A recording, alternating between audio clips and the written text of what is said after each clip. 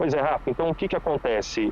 Ao longo aqui desse dia de hoje, o clima foi muito tranquilo, tanto nas leituras do relatório, né, do relator ministro Alexandre de Moraes, bem como também ao longo de todo o processo, pelo menos durante esse período agora da manhã, que acabou agora há pouco. Inclusive, eu vou falar agora exatamente sobre a fala do procurador-geral, que veio logo após a fala, então, do ministro Alexandre de Moraes. Segundo Paulo Gonet, ele disse que a tentativa de golpe teria ganhado força, principalmente quando houveram ali os acampamentos, as frentes, na frente dos quartéis. Segundo Gonet, inclusive, os acampamentos eles teriam sido incentivados em parte e mantidos, inclusive, pelos apoiadores, né, pelo pessoal que teria tramado, então, toda a trama de golpe de Estado. Inclusive, ainda segundo Gonet, nos acampamentos por meio das faixas, por meio de palavras de ordem, eram solicitados intervenção militar, que na fala de Gonet, segundo ele, não seria necessariamente intervenção militar, seria, na verdade, golpe de Estado. Intervenção militar e golpe de Estado seriam, nesse caso, sinônimos. Citou também que a Polícia Rodoviária Federal teria criado barreiras ali na região do Nordeste com o objetivo de tentar fazer com que pessoas que votariam, então, no atual presidente, no presidente Lula, nesse caso, fossem obstruídos, fossem impedidos de fazer a sua votação lá nas urnas eletrônicas nessa última eleição. Gonet disse também que, de acordo com a lei, para ser configurado o crime de golpe de Estado, não é necessária uma ordem judicial, uma ordem assinada, oficializada ali pelo presidente da República, né? Bastam apenas, segundo ele, as reuniões de teor golpista que foram, inclusive, verificadas, segundo Gonet, ao longo das investigações. Ele, inclusive, citou diversos documentos, entre ele o documento Punhal Verde e Amarelo, que teria justamente também, assim como o ministro Alexandre de Moraes citou, Gonet também citou o documento Punhal, o plano, né, Punhal Verde e Amarelo, que teria o objetivo de assassinar, então, os presidentes, né, o presidente e o vice, e também o ministro Alexandre de Moraes. E Gonet, inclusive, afirmou ainda que a acusação não se embasa em suposições frágeis, mas em documentos que foram produzidos pelos próprios, nas palavras deles, pelos próprios integrantes da organização criminosa. Segundo a acusação, o grupo, então, tentou subverter, então, o resultado das urnas e também se manter ali no poder, mesmo com a derrota, então, nas eleições de 2022. Lembrando que agora, na parte da tarde, depois da leitura do relatório de Paulo Gonet, teremos, então, as falas das defesas. O primeiro a falar vai ser a defesa de Mauro Cid, ele que é delator desse caso, e depois vai seguir a ordem alfabética. Jair Bolsonaro está previsto para ser o sexto, nesse caso, a falar. Então, daqui a pouquinho, eu vou voltar aqui justamente para dar ainda mais detalhes acerca de como que foi esse dia na Câmara dos Deputados, no Senado Federal, e também para falar sobre as demais etapas, né? Como que vai acontecer, como que vão ser ainda as demais etapas desse julgamento. Rafa, volto com você. Pois é, Rafa, então, agora a gente falou bastante acerca desse primeiro momento, dessa primeira sessão. Ainda teremos a segunda sessão, que deve se estender ao longo aí do dia, até por volta das 7 horas da noite. E, bem, o que acontece também é que, evidentemente, há movimentações também pelo Congresso Nacional, pelo Palácio do Planalto. O Palácio do Planalto, né, o presidente Lula chegou a dizer que ele não iria perder tempo assistindo a esse julgamento. Já pelo lado do Congresso Nacional, você teve, muito recentemente, Bolsonaro conversando com o Hugo Mota, e um dos objetivos era justamente a conversa para a questão da tramitação relacionada aí a questão da PEC da anistia, principalmente. Esse era um dos principais objetivos aí da conversa que teve dessa semana. Já no dia de hoje, a ordem é seguir a vida normalmente dentro da Câmara dos Deputados. Pelo menos é essa a orientação que foi passada não só pelo presidente, mas também ali por muitos dos parlamentares, estando inclusive o projeto de lei do imposto de renda na pauta do Congresso. Lideranças, inclusive, da oposição da Câmara dos Deputados afirmam que vão elevar a pressão sobre as cúpulas do Congresso para poder levar à votação de uma proposta, então,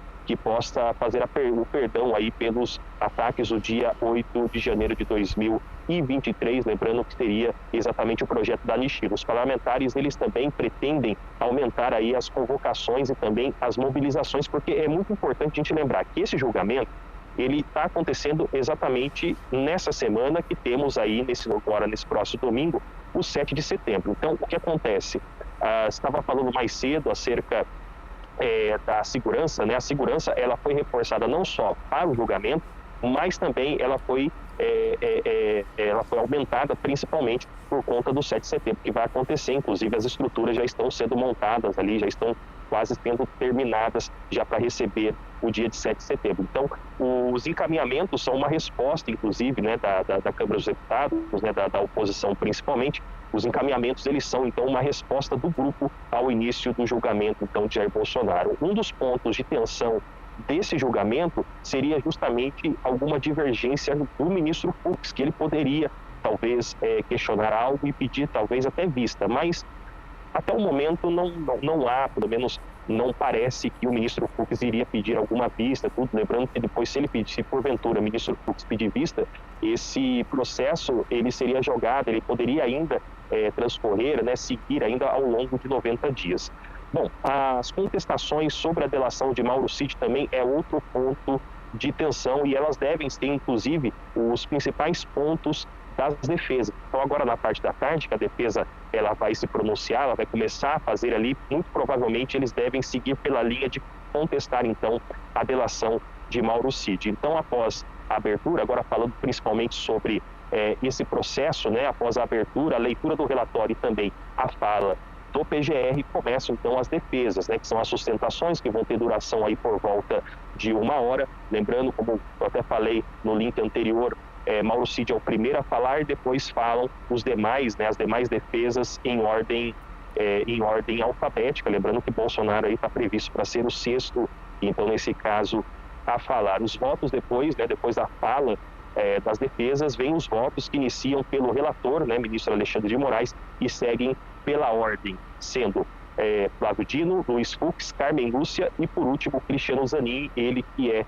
o presidente da turma. Depois, há também, evidentemente, a possibilidade de vista. Ao longo dessa votação, há a possibilidade de vista, com os ministros aí tendo até 90 dias para poder devolver os autos e dar continuidade, então, a esse processo. Por fim, viria a decisão que vem por absolvição, uma possível absolvição ou uma possível condenação aí por maioria simples de votos, ou seja, você pode ter ali na primeira turma um 3-2, tanto pela absolvição, bem como também pela condenação, então, dos 8 réus.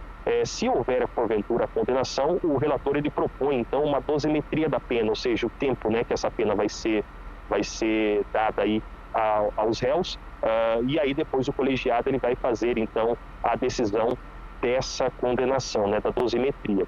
E depois de aberta a fase, depois que é feita a dosimetria, é feita a fase, né, aberta a fase de recursos, que são cabíveis, então, nesse caso, embargos de declaração pela PGR também pelas defesas. Esse tipo de recurso geralmente tem o objetivo de solucionar ali eventuais dúvidas, omissões ou até mesmo contradições que tenham sido feitas ali dentro do acórdão, dentro das decisões dos ministros. São cabíveis também embargos infringentes, né, que são feitas pela defesa, no caso de condenações, que são as condenações de 2 votos absolutos em relação a um mesmo crime. E, por fim, vem, de fato, a execução da pena. Então, é muito importante destacar que Jair Bolsonaro e os outros 7 réus, eles sejam acusados, né, eles sejam culpados, então, por esses crimes, ainda assim ele não vai sair preso imediatamente, ainda tem todo um trâmite julgado para acontecer, para depois ser feito de fato a execução. O cumprimento de eventuais penas,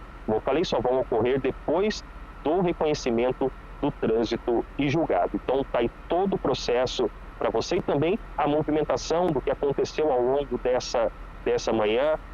7 parlamentares da oposição, inclusive, haviam se credenciado para poder participar e poder acompanhar, inclusive, todo esse julgamento. Enquanto isso, Jair Bolsonaro permanece lá no seu condomínio, ele que não vai participar, pelo menos ao longo desse dia. Não havia expectativa que ele pudesse participar, mas ele não está participando devido a uma crise de soluço. Rafa, volto com você. Tibério, e amanhã continua esse processo, né, esse julgamento, né?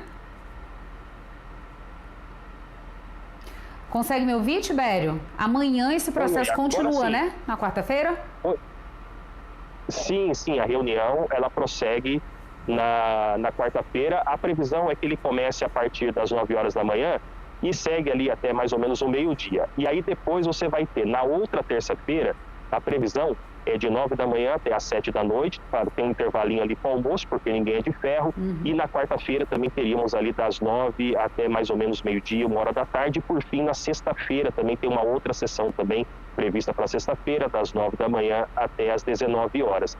Muito provavelmente existe a possibilidade de que os votos eles tomem bastante tempo, né? Então, por esse motivo que foram feitas aí essas 8 sessões. Passamos pela primeira, agora vamos para a segunda sessão, então, nessa parte da tarde, vamos seguindo até a próxima semana, então, onde a gente vai ter, de fato, aí o resultado. Mas todo o processo, ele está andando dentro do tempo previsto. Estava previsto, por exemplo, que Alexandre de Moraes fosse falar por volta de 1h30 e tal, ele conseguiu falar ali na casa de 1h40, o PGR também conseguiu utilizar as suas 2 horas também, conseguiu falar dentro das suas 2 horas, e agora a gente vai esperar 1 hora de cada uma das defesas para poder falar rápido. Então, esse processo ele vai seguir ao longo e vai se estender ao longo da semana, mas amanhã está previsto, a partir das 9 horas da manhã e terminando ali por volta do meio-dia, 1 hora da tarde.